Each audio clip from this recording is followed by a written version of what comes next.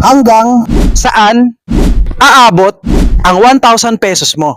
After 3 years of living here in Marinduque, I finally decided to do something na matagal ko nang pinag-iisipang gawin. I'll be walking around the island, yes, sa buong isla ng Marinduque, bayan to bayan, point to point, at gagawin ko to ng lakad.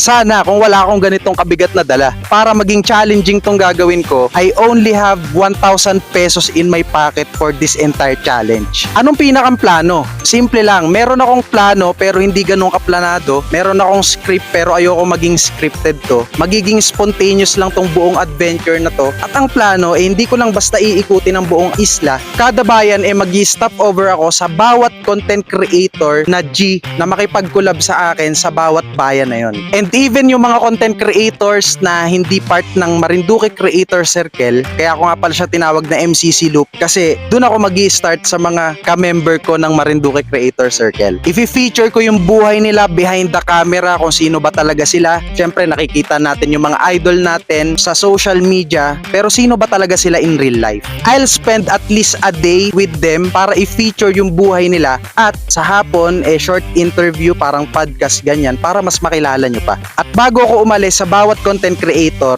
gagawa kami ng content na kung saan ako naman yung makikisali sa kung anumang genre of content ang ginagawa nila. Kaya naman, I'm calling all content creators dito sa Marinduque. MCC Loop is now rolling and on the move. So kung content creator ka, hit me a message para makapag-collab tayo soon. So this is Kabaitaan Clarence and MCC Loop is officially rolling now.